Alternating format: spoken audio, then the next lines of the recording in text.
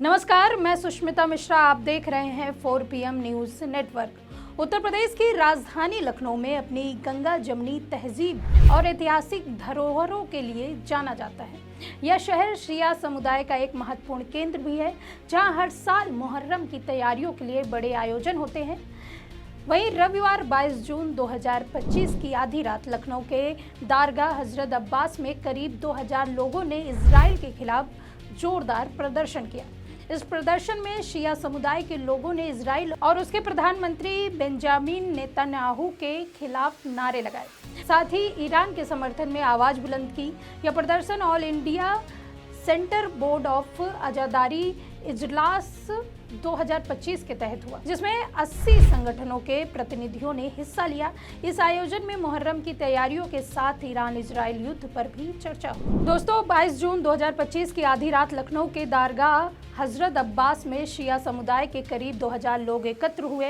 यह प्रदर्शन all India centre board of अजादारी इजलास 2025 का हिस्सा था, जो हर साल मुहर्रम से पहले आयोजित होता है। प्रदर्शनकारियों ने इजराइल मुर्दाबाद और नेतन्याहू मुर्दाबाद के नारे लगाए, जिससे उनका गुस्सा साफ झलक रहा था। मंच से मौलानाओं ने ईरान जिंदाबाद के नारे लगवाए और इजराइल के खिलाफ जमकर नारेबाजी की। आपको बता दें कि दारगाह हजरत अब्बास के प्रबंधक मीसम रिजवी ने बताया कि यह आयोजन हर साल मुहर्रम की तैयारियों के लिए होता है। इस बार मुहर्रम की रूपरेखा तैयार करने के साथ साथ ईरान और इजराइल के बीच चल रहे युद्ध पर भी चर्चा हुई। प्रदर्शन में शामिल लोगों ने इजराइल की नीतियों की कड़ी निंदा की और ईरान के supreme leader Ayatollah Ali Khamenei के लिए दुआ की। मीसम रिजवी ने अपने बयान में कहा कि अमेरिका और इजराइल दोनों आतंकी देश है। इजराइल को जब हार का डर सताने लगता है तो वह अमेरिका के सामने गिड़गिड़ाने लगा। अमेरिका का ईरान पर हमला इस बात का सबूत है कि इजराइल अब यह युद्ध हार रहा है। नेतन्याहू को हार का डर सताने लगा और उन्होंने आगे कहा, इजराइल में फिलिस्तीन और गजा के हजारों निर्दोष लोग मारे गए और ईरान उसी का बदला ले रहा है। बता दें कि मुहर्रम इस्लामिक कैलेंडर का पहला महीना है और शिया समुदाय के लिए यह विशेष महत्व रखता है। इस दौरान इमाम हुसैन की शहादत को भी याद किया जाता है, जो करबला के युद्ध में शहीद हुए थे। लखनऊ में मुहर्रम की तैयारियां बड़े पैमाने पर होती है, जिसमें जुलूस, मातम और मजलिस शामिल होती है। वहीं all India centre board of अजादारी इजलास हर साल मुहर्रम से पहले विभिन्न संगठनों को एक मंच पर लाता है। इस बार 80 संगठनों के प्रतिनिधियों ने इसमें हिस्सा लिया और मुहर्रम की तैयारियों पर विस्तृत चर्चा की। मिसम रिजवी ने बताया कि इस आयोजन में जुलूस के रास्ते, सुरक्षा व्यवस्था और मजलिस के आयोजन पर विचार विमर्श हुआ। साथ ही यह सुनिश्चित किया गया कि मुहर्रम के दौरान शांति और एकता बनी रहे। ईरान और इजराइल के बीच तनाव की शुरुआत कई दशकों पुरानी है। सन 1982 में लेबनान युद्ध के दौरान ईरान ने लेबनानी, सिया और फिलिस्तीनी समूहों का समर्थन किया, जिससे इजराइल के साथ उनका टकराव शुरू हुआ। हाल ही के वर्षों में ईरान और परमाणु कार्यक्रम इस तनाव का प्रमुख कारण बन गया। इजराइल का मानना है कि ईरान का परमाणु हथियार विकसित करना उनके अस्तित्व के लिए खतरा है। 13 जून 2025 को इजराइल ने ऑपरेशन राइजिंग लाइन के तहत ईरान के परमाणु और सैन्य ठिकानों पर हमले शुरू किए। इन हमलों में ईरान के कई सैन्य कमांडर और परमाणु वैज्ञानिक मारे गए। जवाब में ईरान ने इजराइल के सैन्य ठिकानों और शहरों पर मिसाइल और ड्रोन हमले किए। इस युद्ध में अब तक ईरान में 550 से 600 और इजराइल में 24 लोगों की मौत हो चुकी है। वहीं अमेरिका के इस युद्ध में एंट्री ने स्थिति को और कठिन कर दिया है। अमेरिका ने ईरान के 3 परमाणु ठिकाने फोर्डो, नताज और इस्फहान पर हमले किए।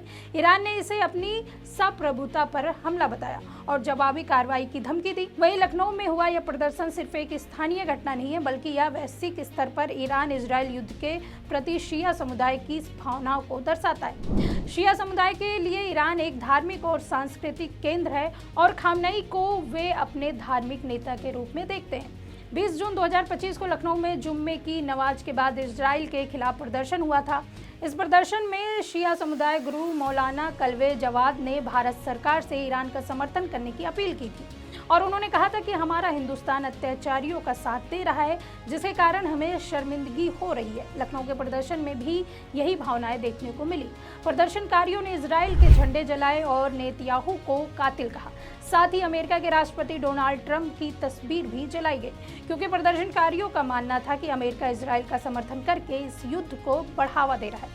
आपको बता दें कि मीसम रिजवी ने अपने बयान में इजराइल और अमेरिका पर तीखा हमला बोला और उन्होंने कहा इजराइल ने गजा और फिलिस्तीन में 70,000 से ज्यादा निर्दोष लोगों, खासकर महिलाओं और बच्चों को मार डाला।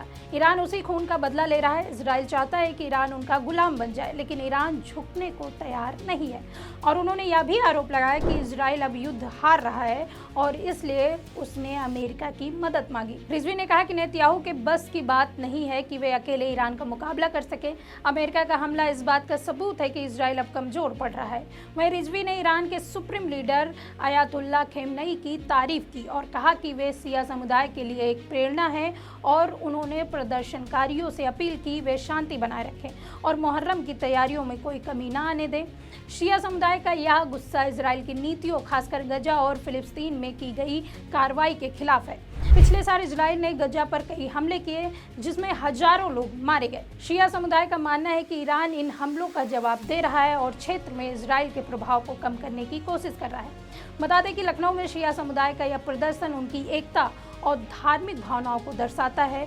दरगाह हजरत अब्बास जैसे धार्मिक स्थल उनके लिए एक मंच प्रदान करते हैं जहां वे अपनी बात रख सकते हैं। ईरान इजरायल युद्ध में भारत का रुख उदासीन रहा है। भारत ने दोनों पक्षों से संयम बरतने और बातचीत के जरिए समाधान निकालने की अपील की। हालांकि लखनऊ के प्रदर्शनकारियों ने भारत सरकार से ईरान का समर्थन करने की मांग की। मौलाना कालवे जवाद ने कहा कि भारत को अमेरिका और इजरायल का साथ नहीं देना चाहिए। वहीं भारत के लिए यह युद्ध कई मायनों में महत्वपूर्ण। मध्य पूर्व में रहने वाले लगभग 1 करोड़ भारतीय प्रवासियों में से 66% संयुक्त अरब अमीरत, सऊदी अरब और अन्य खाड़ी देशों में रहते हैं। इस क्षेत्र में तनाव बढ़ने से उनकी सुरक्षा खतरे में पड़ सकती है।